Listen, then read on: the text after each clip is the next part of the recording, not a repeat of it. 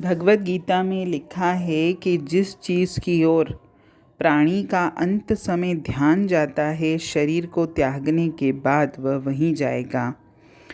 अगर हमने जीते जी अपने मन को परमात्मा में लीन करने का अभ्यास नहीं किया और हमें केवल सांसारिक पदार्थों की ही तृष्णा सताती रही, तो मृत्यु से वह तृष्णा खत्म नहीं होगी। क्योंकि जीवन भर हमारे मन पर जो प्रभाव पड़े हैं, यानी हमने जीवन भर अपने मन में जो चाहा है, वे अंत समय में भी बना रहेगा। अपने प्रियजनों जिनके प्रति हमारे मन में अथाह मोह है, जिसकी कोई सीमा ही नहीं है, अंत समय में भी हमारे मन में अपने प्रियजनों में वापस आने की इच्छा होगी। और ये इच्छा हमको इतनी खींचेगी कि इसकी पूर्ति के लिए हमें दोबारा जन्म लेना पड़ेगा।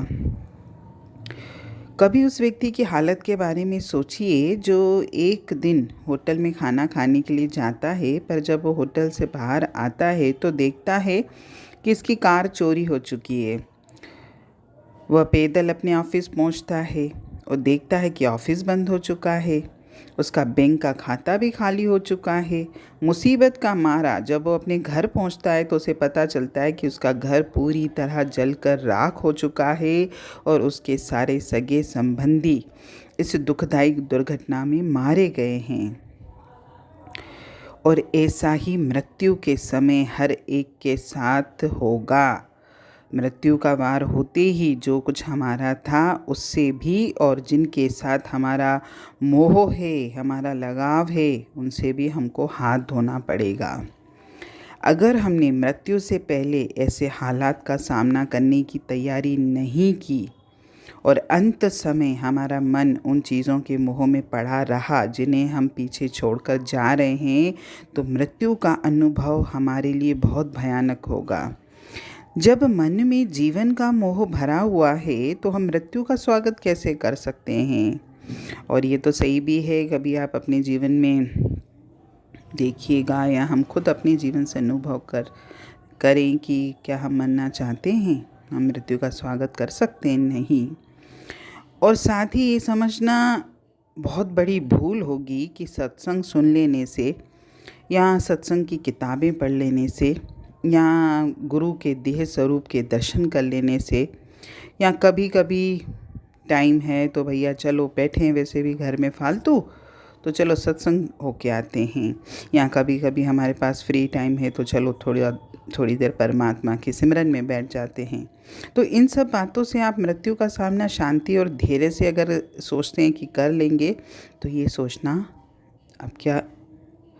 आपकी भूल है। ये हमें चाहिए कि हम इस अनमोल मनुष्य जन्म का जो मुझे अवसर मिला है, इसका मैं भरपूर लाभ उठाऊं और आज से, अभी से ही उस परमात्मा से जुड़ूं। परमात्मा से जुड़ने का जो भी साधन मेरे मन को भाता है वो अपनाऊं, और बिना नागा हर रोज़ मुझे सत्संग, वाणी, सिमरन, जो भी आप साधन अपनाते हो, परमात्मा के लिए एक निश्चित समय दूं।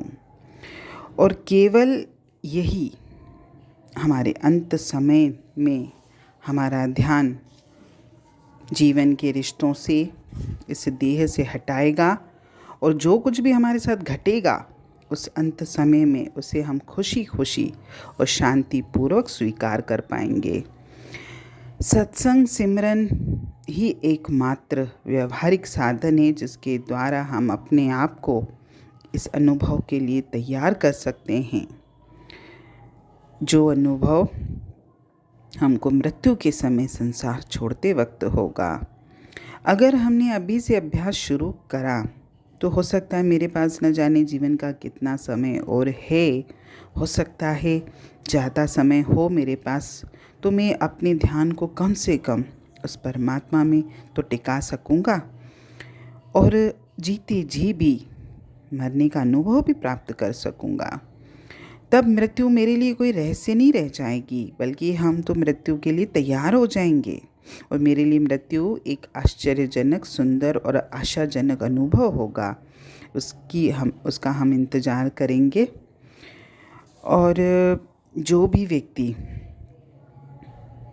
परमात्मा को प्राप्त करने का, परमात्मा में अपने ध्यान को टिकाने का जो भी साधन अपनाते हैं, उनके लिए मृत्यु कभी भी भयानक नहीं रहती, क्योंकि वो मरने से पहले ही मृत्यु का अनुभव कर चुके होते हैं। वे पूरे विश्वास के साथ बिना किसी डर, चिंता या निराशा के खुशी खुशी और शांत भाव से मृत्यु के अनुभव से गुजर जाते हैं। इसकी कीमत न केवल मौत के वक्त पता चलती है, बल्कि जीते जी भी इससे बहुत फ़ायदा होता है। ऐसी है सत्संग सिमरन की अद्भुत शक्ति, जो हमें जीने के लिए, मरने के लिए, दोनों के लिए मदद करती है और हमको शरीर तथा मन के उस पार के सफ़र पर ले जाती है। हरि ओम।